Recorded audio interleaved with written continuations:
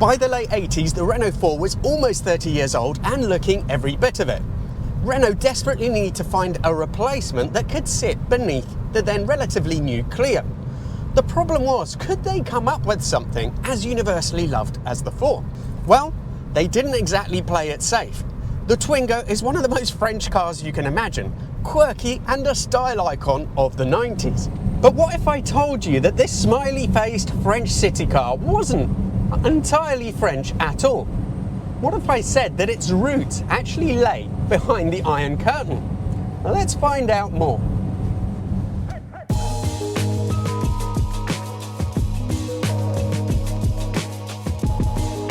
It's 1992, the Cold War has just ended and the Walkman is still king. Into this world bursts the Renault Twingo and suddenly the city car isn't boring anymore. It was supposed to be a Frenchman who first discovered the potential of rubber, and we all know how important that was to the motor car. Now, I'm not saying that the Twingo was quite that significant, but it was a small car that redefined things and showed that they could still be different, practical, and fun. The project was led by Renault design chief Patrick Lecommand, who was also behind Renault's renaissance of the early 90s and the same man who designed the incredible Sport Spider that I reviewed a few weeks back. At first glance, the Twingo looks like a van that's been shrunk in the wash. The bonnet line flows straight up into the windscreen, and the smiley face headlights give it a real cartoonish-like charm. But here's the kicker, because under the cutesy design and the stumpy looks lay a really slippery little car with a CD of just 0.29. At this point in time, it was only bettered by Vauxhall's Calibra. Safety regulations were still relatively forgiving. Combine that with Renault's really clever packaging, and inside, the Twingo was cavernous for a car of this size. But there's more. You also got a vivid toy-like coloured switches everywhere, a central instrument binnacle which was LCD. At the time it must have looked very sci-fi. Now it just looks like an old alarm clock. But also we had spent years trying to cover up the interior metals of cars. Here it's all exposed, and all the better for it, because you see these incredible colours. The fabrics on the seats, everything in here just screams fun. Look at the steering wheel. Whoever designed this interior, you can tell that they just really enjoyed it. But the pièce de résistance was a rear bench that could be moved either back to give you more legroom or forwards to give you more space in the boot. And if you fancied it, it could all be turned into a bed. Just imagine how many of you might have been conceived in one of these. Pretty comfy too. No wonder that Renault sold 2 million of them. At its peak, this car accounted for 1/4 of all A-segment cars sold in Europe. Mechanically, they kept things simple. Front-wheel drive and a 1.2 litre pushrod engine, which was small and efficient, at least when it was first launched in the 60s. In this, guys, it's pretty outdated, and here it puts out just 59 horsepower. It's not really the Twingo's best point. And here is a little bit of a twist to the story, because it turns out one of the Twingo's main inspirations was the Beskid 106. This was a Polish-built prototype made by FSM in the early 80s. The monospace shape was actually patented, but FSM lacked the funds to put it into production. By the time Renault produced this 10 years later, that patent had expired.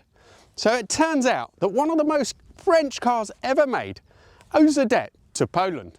Throughout the years, the Twingo name lived on. We had the Mark II, which was a little bit blander and more disappointing.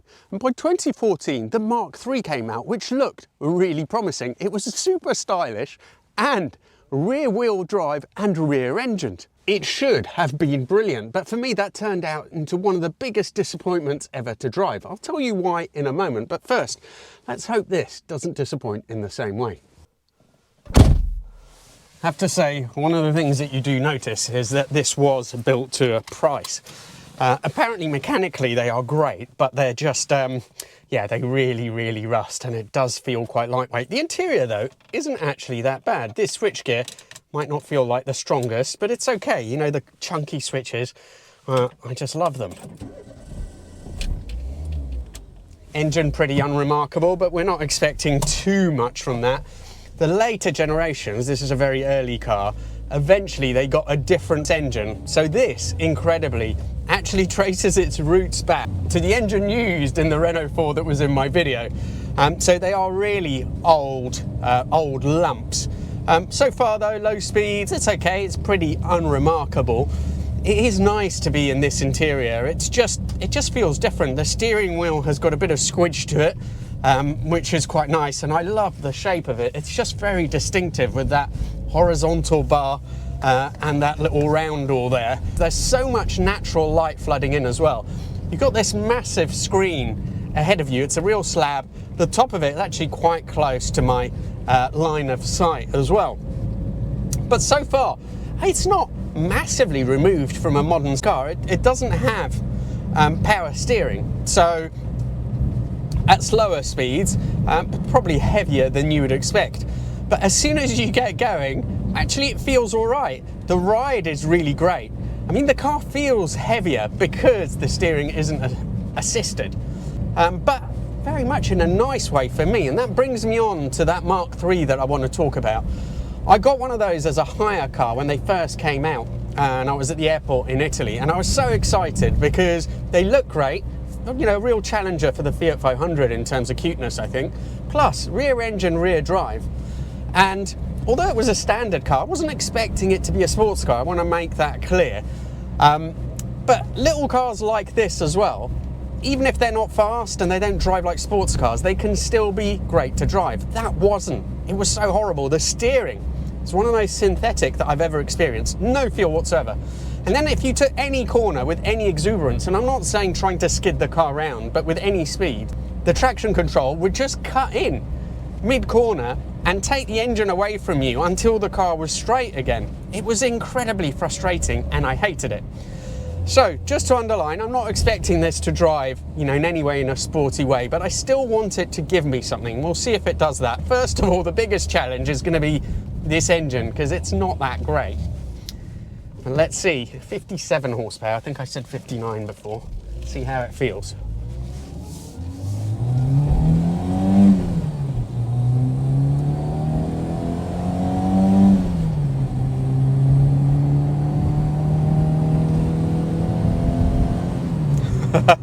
And we've just hit 60 miles an hour. And almost every other car I've had on the channel, that 60 miles an hour comes up so much quicker than that.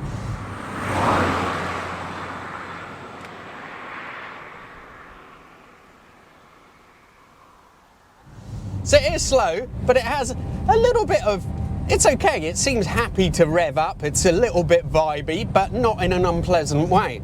And the gearbox is actually quite nice. It's a shame on this one the gear knob is loose, which is a shame, but it's nice to use. Good spacing between the gears, positive to insert, so that works quite well. And the steering is nice because you can feel what's going on. I think perhaps it's going to be a little bit wallowy. First proper corner here, and yeah, it doesn't it doesn't like the bends.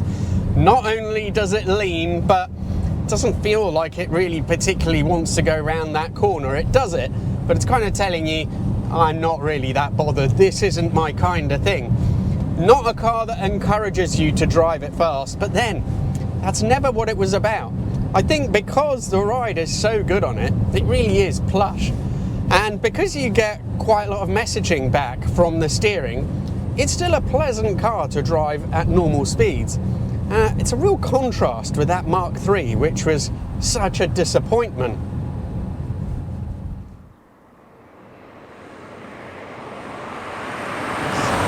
I have to say that it's only a handful of cars in the world. I'm trying to think which ones. Probably a Fiat 500, the old ones, is one of them. But that has a face in the same way as this has. Those headlights with the indicators underneath, they're just, you know, they're just like eyes. And then you have the little grille underneath, which is the air intake for the engine, which looks like a smiling mouth. There's not many cars that make you feel as well disposed towards them as this does. Now we're coming up to the tighter S-bend, but I almost don't want to do it to the old girl. I don't think I'm going to throw it in quite as hard as I normally do, because I know there's no point. It's just not the kind of car that would enjoy it, excel at it, so it's just not the way you drive it ever, really. Gear change is really nice, light, positive, and go in at a reasonable speed and it will grumble its way through.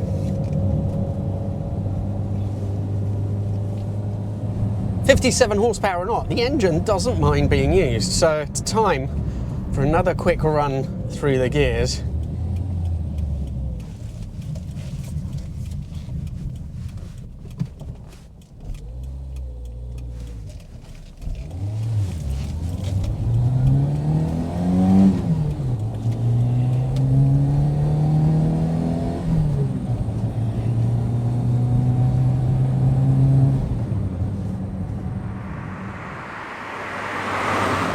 There's so much room here, even in the back. You can get 4 adults in this properly and easily. But then for me, the other standout really is the interior.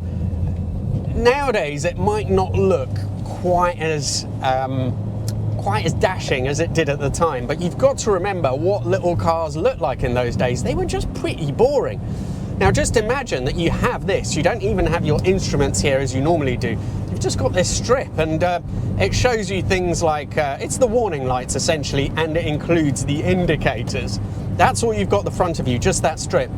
Then the alarm clock instruments at the top there with, for the fuel, you've literally just got a series of 10 dots. It's all so simple. Then the lovely sort of big switches with those bold colours. It's all enough to make you smile. And then to top it all off, you've got steering, which, you know, makes it feel that it's actually connected to a real car.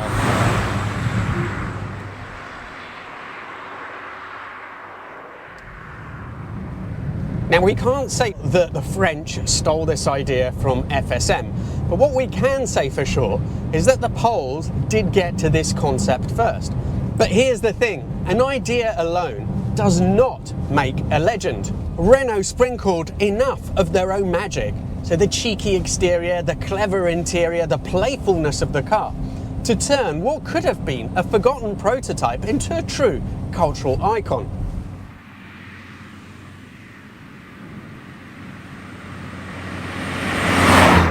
Now sadly, the Twingo was never officially sold in the UK. They didn't make right-hand drive versions. I guess that Renault thought that the cost of re-engineering it just wasn't worth it.